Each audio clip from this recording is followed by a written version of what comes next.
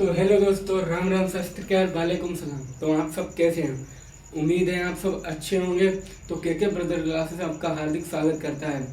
तो आज का टॉपिक हमारा है निषेचन किसे कहते हैं, और आपको बता दें लेक्चर 5 है आप।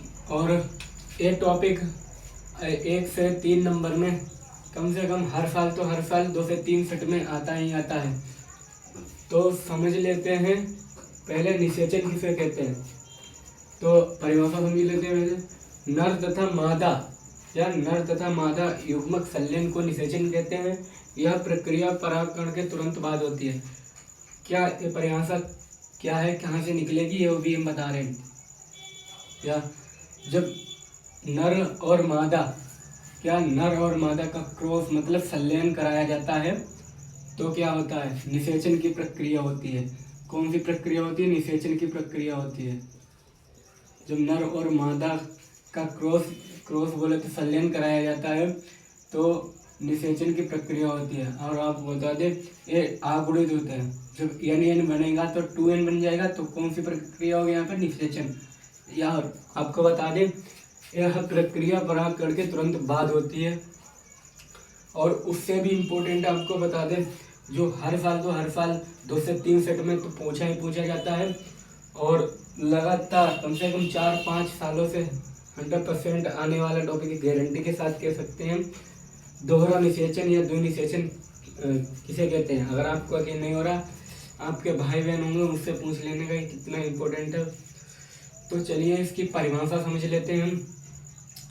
भ्रूण कोश के निर्माण के समय, किसके? भ्रूण कोश के निर्माण के समय पराग नलिका में 2 नर केंद्रक नर युग्म की तरह कार्य या व्यवहार करते हैं तथा भ्रूण कोश में पहुंचने के बाद एक नर युग्म अंडकोशिका से निषेचित हो जाता है तथा दूसरा नर युग्मक द्वितीयक केंद्रक में निषेचित हो जाता है। या इसे कहते हैं, अर्थात यहाँ पर एक ही समय पर 2 बार निषेचन की प्रक्रिया संपन्न होती है, तभी इस प्रक्रिया को दोहरा निषेचन कहते हैं।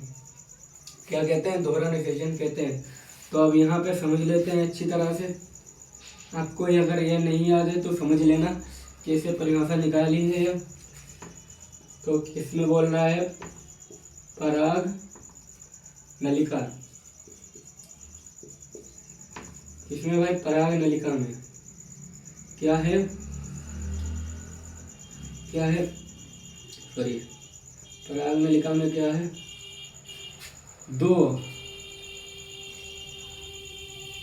पराग नलिका में क्या है? 2 नर केंद्रक। तो ए सेकेंडो फर्स्ट हो गया। नर केंद्रक कैसे? नर युग्म है, नर युग्म। और इधर सेकेंड वाला नर युग्म। क्या? नर युग्म। तो पहले वाला क्या है?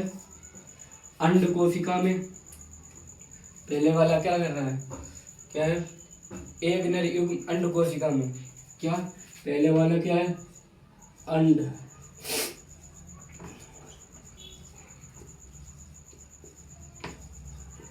अंड कोशिका में क्या होता है? निषेचित हो जाता है।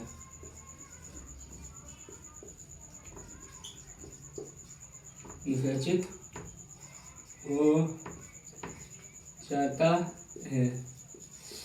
तो पहले वाला नर युग्म क्या है? युग्म अंड कोशिका में निषेचित हो जाता है। और दूसरा वाला नर युग्मक क्या होता है?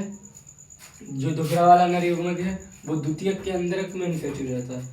किसमें हो जाता है? द्वितीयक केंद्रक में क्या हो जाता है? निषेचित हो जाता है।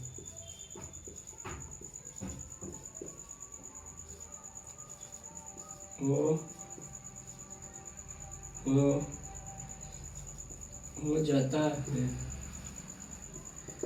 तो हमने क्या बताया? यही तो बताया। पराग नलिका में 2 नर केंद्रक कैसे दो नर केंद्रक नर युग्म की तरह क्या कहते हैं व्यवहार करते हैं। जब पराग नलिका में दो नर केंद्रक नर युग्म की तरह क्या करते हैं व्यवहार करते हैं, तो पहला वाला जो नर युग्म है, नर केंद्रक के नर युग्म है, वो क्या करता है, पहला वाला अंड कोशिका में निषेचित हो जाता है, और दूसरा वाला नर युग्मक द्वितीय केंद्रक में निषेचित हो जाता है। तो अर्थात यहाँ पे देखा जाए भाई, तो यहाँ पे समय तो एक ही लग रहा है, जितना भी 1 घंटा 2 घंटा या 1 मिनट 1 सेकंड जो भी समय लग रहा है, यहाँ पर एक ही समय तो लग रहा है। तो यहाँ पर एक ही समय में क्या हो रहा है, 2 बार क्या हो रहा है, 2 बार निषेचन हो रहा है। क्या हो रहा है, 2 बार निषेचन हो रहा है। तो इस प्रक्रिया को दोहरा निषेचन कह रहा है। साफ साफ दिख रहा है भाई, दोहरा निषेचन। दोहरा निषेचन वही तो होगा जहाँ पर 2 बार होगा, 2 बार निषेचन होगा। तो यहाँ पर एक ही समय में 2 बार निषेचन हो रहा है, तभी इस प्रक्रिया को दोहरा निषेचन कह रहा है कहते हैं।